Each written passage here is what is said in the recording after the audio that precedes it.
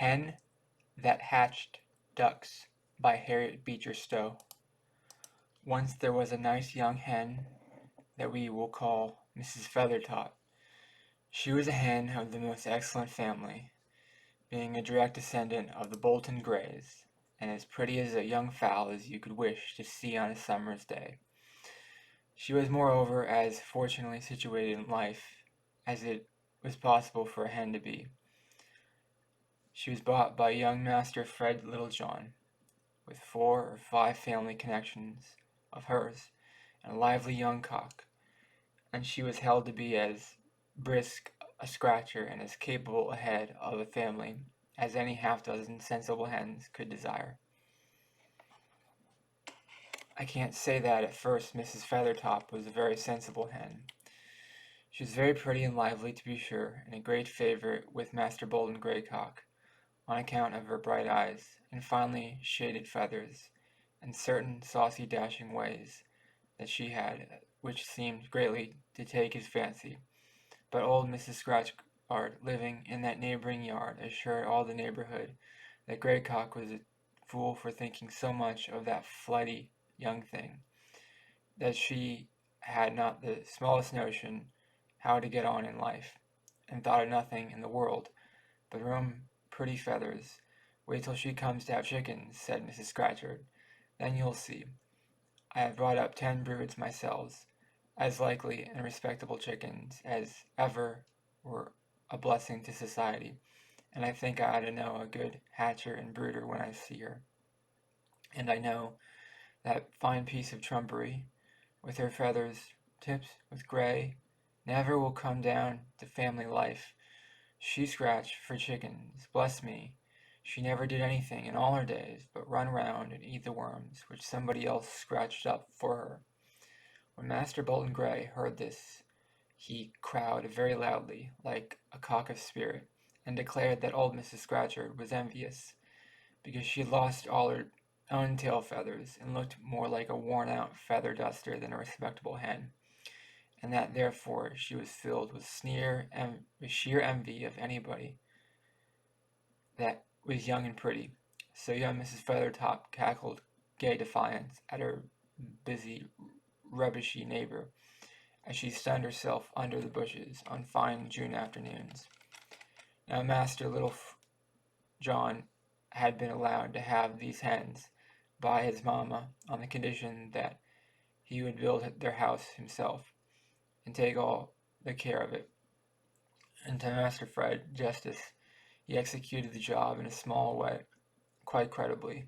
He chose a sunny, sloping bank, covered with a thick grove of bushes, and erected there a nice little hen house with 2 glass windows, a little door, and a good pole for his family to roost on.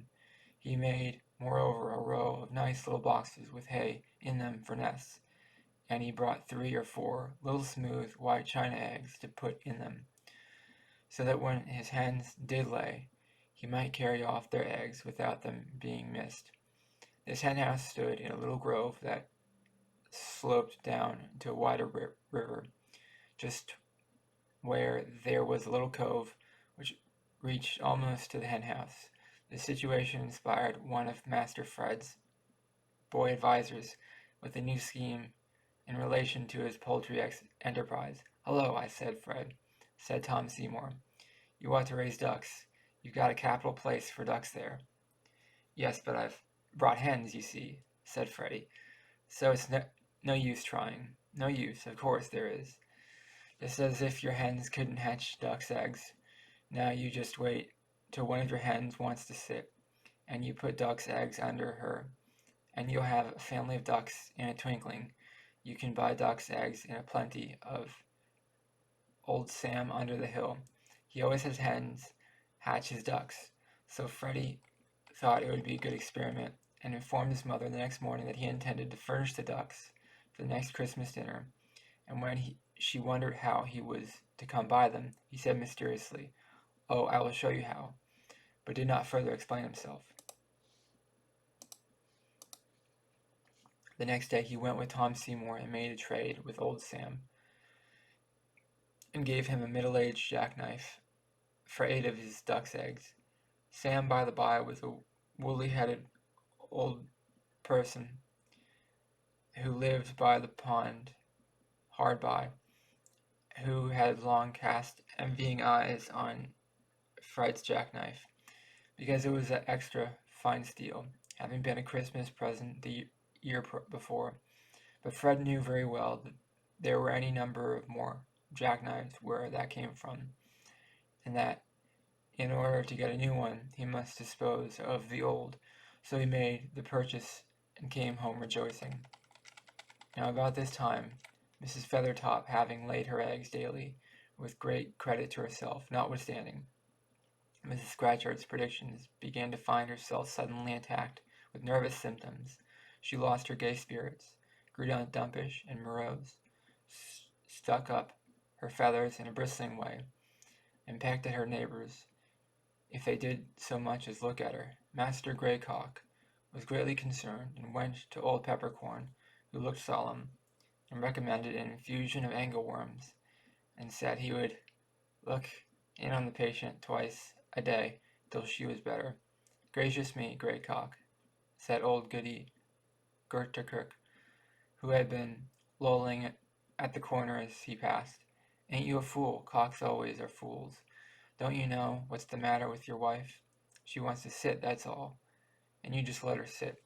A fiddlestick for Dr. Peppercorn. Why, any good old hen that has brought up a family knows more than a doctor about such things.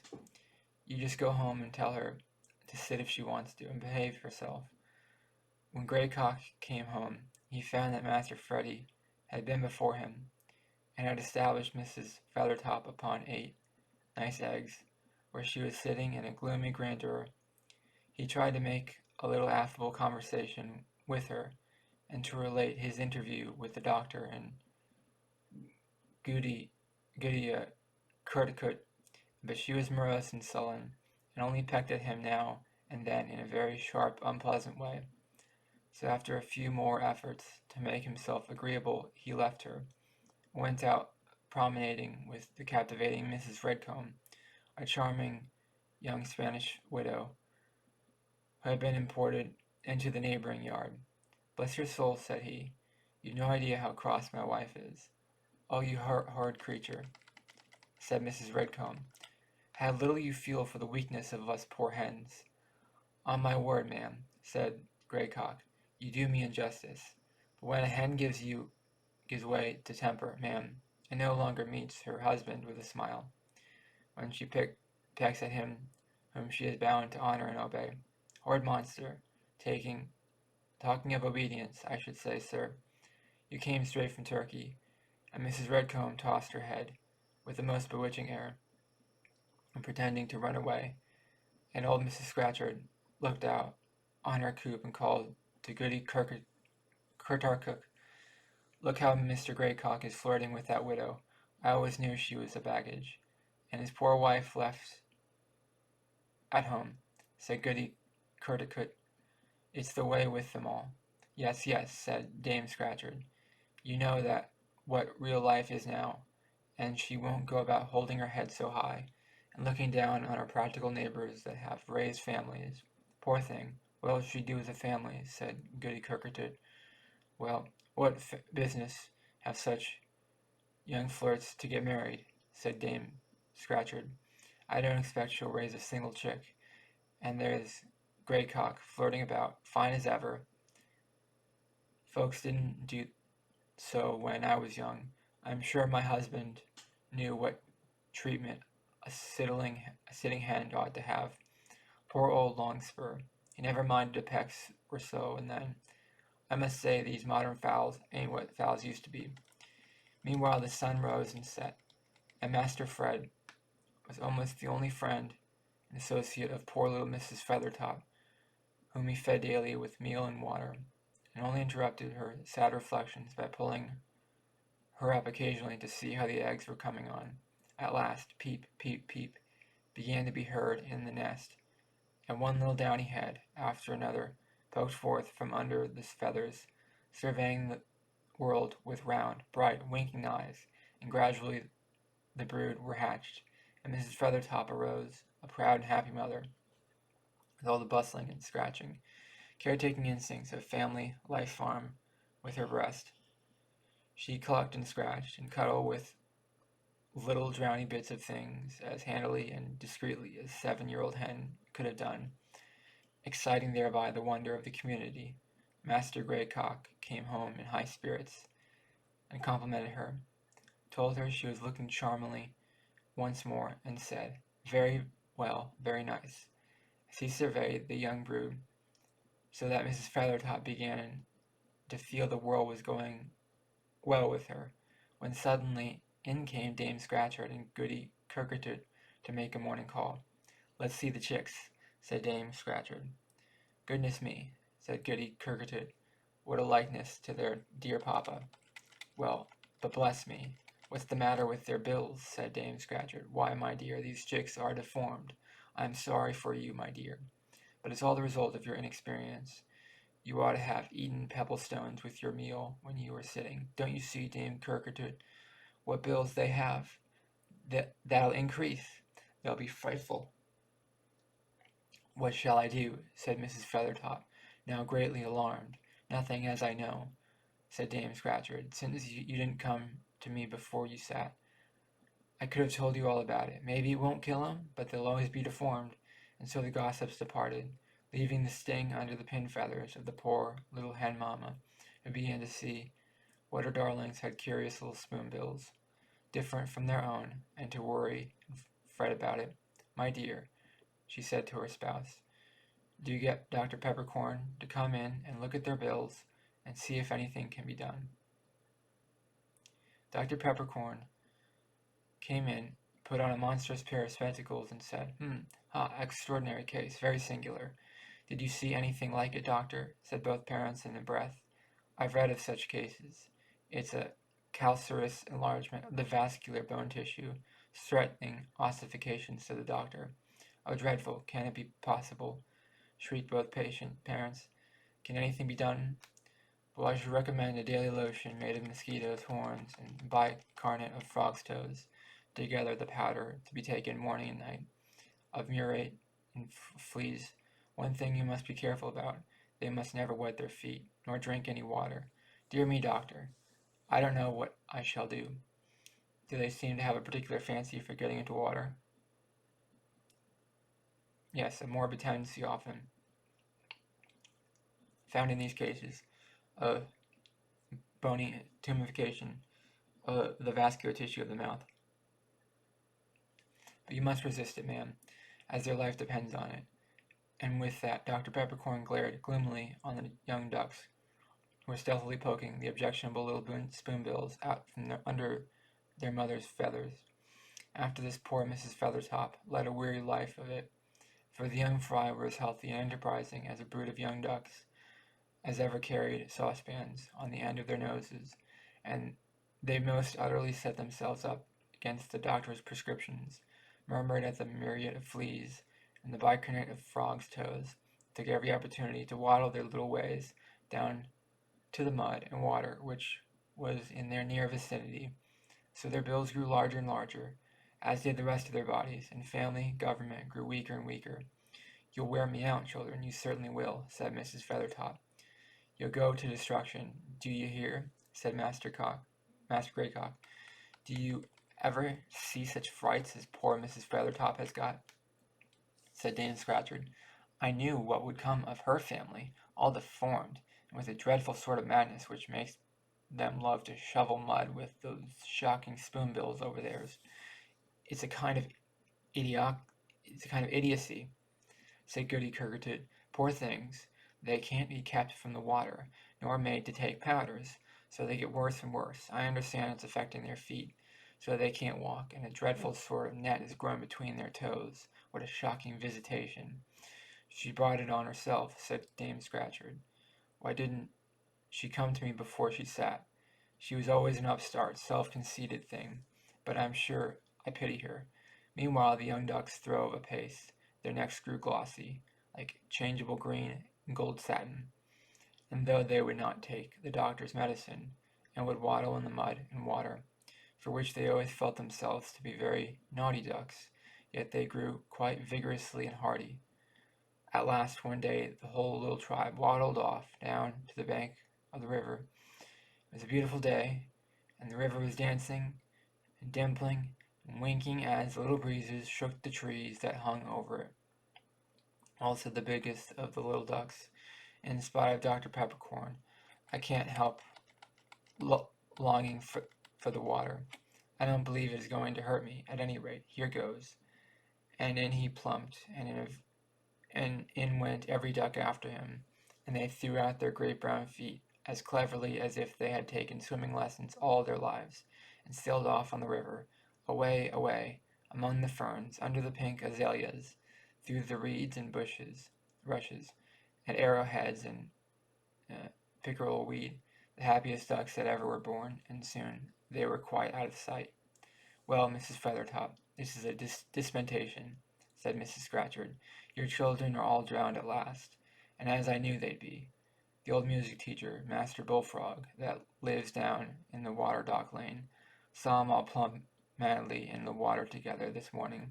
That's what comes of not knowing how to bring up a family. Mrs. Feathertop gave only a shriek and fainted dead away, and was carried home on a cabbage leaf, and Mrs. Greycock was sent for. When he was waiting on Mrs. Redcomb through the squash vines, "It's a serious time in your family, sir," said Goody Cookertit, "and you ought to be home supporting your wife. Send for Dr. Peppercorn without delay." Now, as the case was a dreadful one, Dr. Peppercorn called a council from the barnyard of the Squire, 2 miles off, and a brisk young Dr. Bartlett appeared in a fine suit of brown and gold, with tail feathers like meteors. A fine young fellow he was, lately from Paris, with all the modern scientific improvements fresh in his head. When he had listened to the whole story, he clapped his spur into the ground, and leaned back, laughed so loudly that all the cocks in the neighborhood crowed. Mrs. Feathertop rose up out of her swoon, and Mr. Greycock was greatly enraged. "What do you mean, sir, by such behavior in the house by morning?" "My dear sir, pardon me, but there is no occasion for mourning. My dear madam, let me congratulate you. There is no harm done. The simple matter is, dear madam, you have been under a hallucination all along. The neighborhood and my learned friend, the doctor, have all made a mistake in thinking these children of yours were hens at all. They were ducks, ma'am, evidently ducks, and very finely formed ducks, I dare say." But at this moment a quack was heard, and at a distance the whole tribe were seen coming waddling home, their feathers gleaming in green and gold, and they themselves in high good spirits. "Such a splendid day as we have had," they all cried in a breath, "and we know now how to get our own living. We can take care of ourselves in future, so you need have no further trouble with us." "Madam," said the doctor, making a bow with an air which displayed his tail feathers to advantage, "let me congratulate you on the charming family you have raised. A finer brood of young healthy ducks I never saw. Give me your claw, my dear friend," he said, addressing the eldest son. "In our barnyard no family is more respected than that of ducks." As for Madam Feathertop, came off glorious at last, and when after the ducks used to go swimming up and down the river like so many nabobs among the admiring hens, Dr. Peppercorn used to look after them and say, "Ah, I had the care of their infancy," and Mr. Greycock and his wife used to say, "It was our system of education that did that."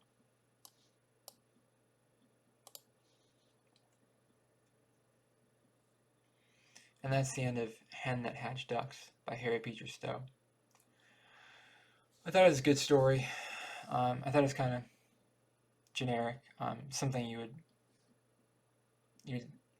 feel like on Nickelodeon or something, or the Disney Channel or something. I don't know.